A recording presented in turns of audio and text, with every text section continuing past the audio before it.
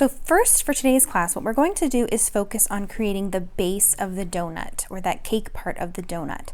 So when you get your clay, this is what it'll look like. And what we need to do is pull off a small piece to save for later for our decorations for next class. So what I'm going to do is find the middle, and that I know will be about half, but I want less than half for my extra piece. So I'm going to pull off a little less than half for my extra piece, and then I'm going to put it in a bag to save for next class. It's really important that you bag this up and keep it safe from any air so that it doesn't dry out and you can still work with it next class. So we're going to bag that up and put it aside. Okay, let's start working on the base of our donut, or that cake part. And before we start adding color to the clay, what we're going to do is work it in our hands a couple of times to soften it up and make it flexible and pliable. And what I'm doing is kind of a stretching and folding motion. This is called kneading the clay. This is what's going to make it easier to work with, more flexible, softer. And you don't need to do this like a lot of times or anything. You just need to do it a few times to where you start to feel that the clay is much softer and easier to work with in your hands.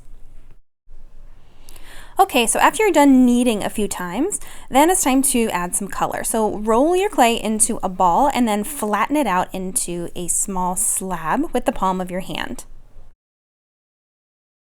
All right, now it's time to add some color to this clay, and we're going to use markers to add color to the clay.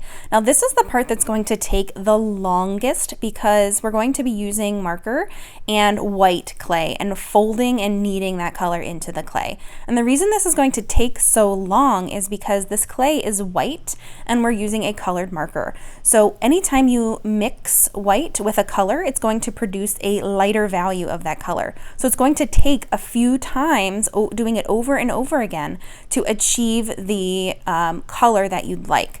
So the first couple times we put the color on, it's going to be a very light kind of tannish color, and then the more times we knead the color into the clay, it's going to become a little bit darker, a little bit darker, a little bit darker. So it is a process. It is something that takes a little while. So that's why we're dedicating an entire class just to achieving the brown color that you'd like for the cake part of your donut. So what I'm doing here is I pushed my clay into a slab, and then I added the color right on top of the clay. So you're just coloring right on top of it like you would as if you were using a piece of paper. But the difference here is that you're folding it each time and flattening it out so that you're creating layers of color in the clay. So you're going to do this like 3 or 4 times.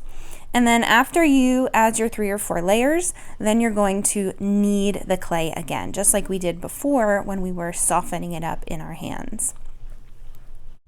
This is going to be my last layer, and then I'm going to start kneading that color into the clay.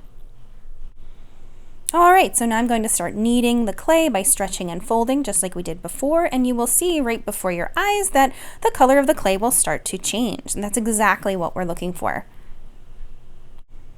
So right now you'll see that the clay color is a very, very light kind of toasty tan color.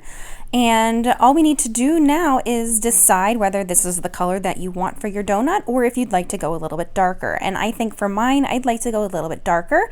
So I'm going to continue adding ink from the marker right onto the clay and repeating that exact same process over and over and over and over again until I achieve the dark color that I'm looking for my donut. So right now I'm working in time lapse, so it doesn't seem like it's taking that long, but in reality, getting to the brown that I wanted took about 20 to 25 minutes. So that's another reason why we're dedicating an entire class just to this part.